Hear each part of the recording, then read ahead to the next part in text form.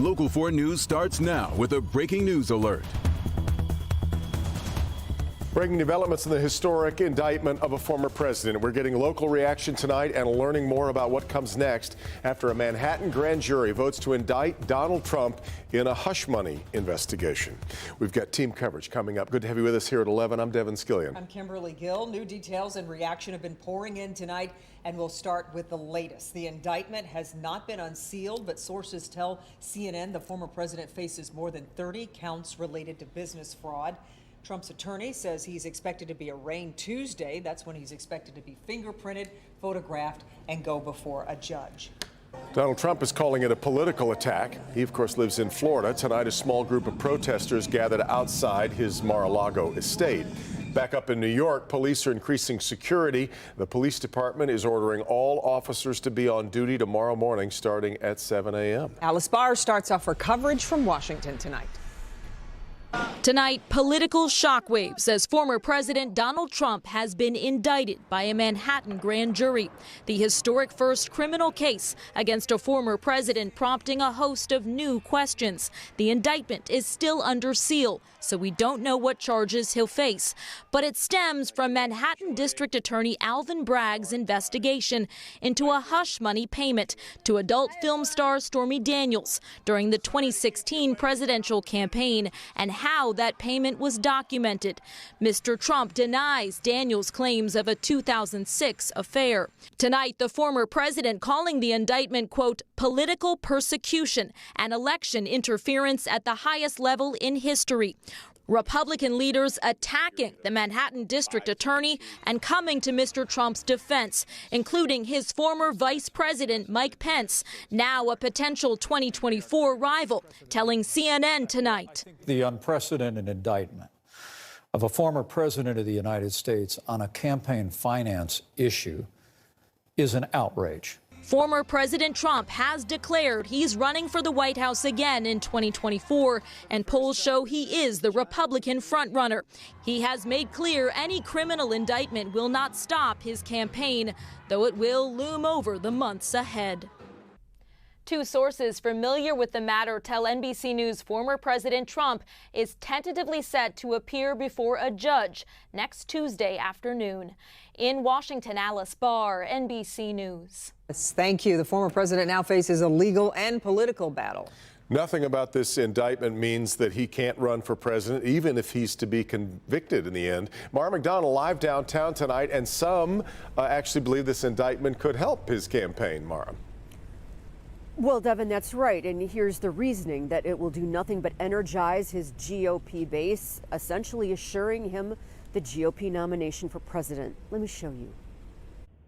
Today's indictment feels nothing like Richard Nixon's resignation from office, which the entire country watched gravely. We have been inured to things that wasn't the case when Nixon was president. I mean, it was shocking that he had taped people in the White House, and it was shocking to see money spent to break in and to pay hush money. So I think we have become inured in many ways. The indictment, yet to be unsealed, likely holds no surprises. So does it derail the Trump train from competing in an election year? No, because all this stuff's baked in. I mean, what don't we know? I guess we'll have to wait and see when the indictment is, unsealed. But, I mean, this is something that we knew about in 2016. This is stuff that we've heard about. Darnoy maintains Trump will be the Republican nominee in this indictment, and potentially another out of Georgia do nothing but ensure that Trump consumes all the oxygen in the room with his GOP competitors. Already, Republicans across the spectrum, whether they believe he is guilty or not, call this the weaponization of the legal system for political purposes. Whether the public at large buys this in the end remains to be seen. Is today unprecedented? Sure, no other president has been charged criminally, but historians like Kornblue believe it is unprecedented for another reason. We haven't had an ex-president try to play a dominant role in our politics for a long, long time. Live. So if Donald Trump is indeed the GOP nominee in 2024, what does that do down ballot? Well, if last year is any indication, not much. You'll remember that all of Trump's preferred candidates did extremely poorly in Michigan. We're live downtown tonight. I'm Mara McDonald, Local 4. All right, Mara, we are going to continue to monitor any new developments coming in overnight. We'll bring you the latest when you wake up with Jason and Rhonda tomorrow morning starting at 4:30 a.m. Okay, another big story tonight is the weather. We've got rain moving in, and it's probably a good idea to have an umbrella with you tomorrow. In fact, already seeing some rain here downtown. When you wake up in the morning, maybe pouring at the time by then. That'll be just one round of rain that we're expecting to end the work week. Brandon Rue is in for Kim tonight to help you plan it out on Friday. Brandon. Yes, guys, we're looking at exact track 4D radar, and this just the appetizer for what is coming as we head into your Friday and Saturday. But we are seeing these showers right now up near Oxford, heading to Leonard, Romeo, into Ray Township as well. Basically, this line is moving west to east across the area and is through downtown, so it is drying out as we speak. ...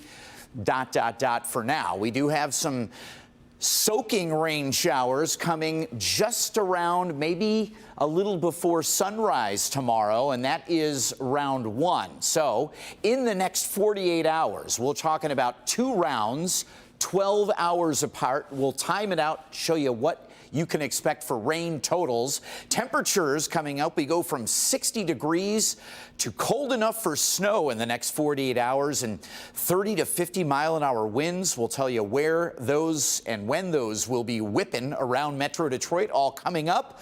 But in the meantime, if you're heading out, we've got you covered on the Forewarn Weather app. Details on this incoming Friday, Saturday spring storm. You can get it for free, DIV, in your app store.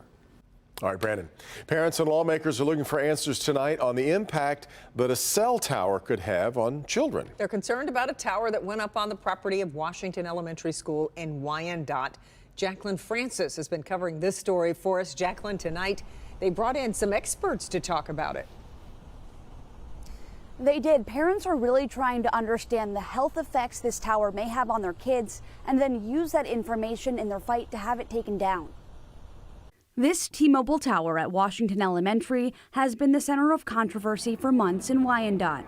Parents demanding its removal, arguing the tower, which emits a low level of radio frequency radiation, could cause cancer. But evidence of that is inconclusive, which is why parents called in experts of their own. In fact, we are living right now with the deep consequences on many chronic diseases of exposure to this radiation. Thursday's webinar featured panelists who argued there is a real danger that comes with these cell towers.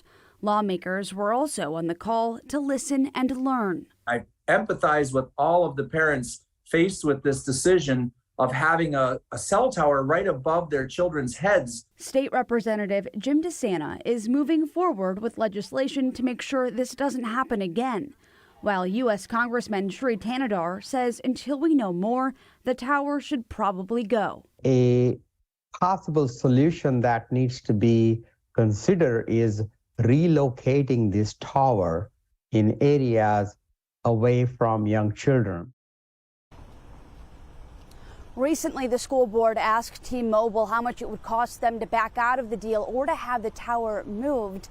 The school district has previously said that could cost them in the millions. Reporting live tonight, Jacqueline Francis, Local 4. A lot of money to move it. All right, Jacqueline, thank you. A Macomb County man behind bars tonight accused of attempting to meet a 13-year-old girl for sex.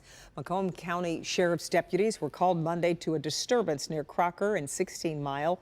Deputies say they found evidence that 24-year-old Sinan Kelmaj from Sterling Heights was meeting with the girl for sex. Kelmaj is charged with 6 felonies, 3 of which are child sex abuse charges. Tonight, the brother of Novi's Paul Whelan is reacting to the news another American has been arrested in Russia on spying accusations. Wall Street Journal reporter Evan Gershkovich was detained in Russia and accused of collecting state secrets for the U.S. government. The Wall Street Journal denies those accusations.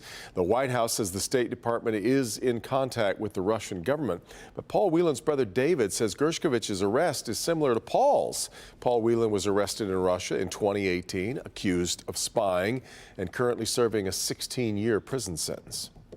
Well, my heart sank. And as I've been watching the news roll out this morning, it sounds just eerily parallel to what happened to Paul. He was arrested The security services announced it on their website. He is given an FSB lawyer, so his own lawyer isn't able to represent him. He's put into Lefordova, so he's been brought back to Moscow from Yekaterinburg. I mean, it's just so much like what we experienced with Paul. Yeah. Today, Congresswoman Haley Stevens put forth a new resolution in Congress calling on Russia to release Whelan.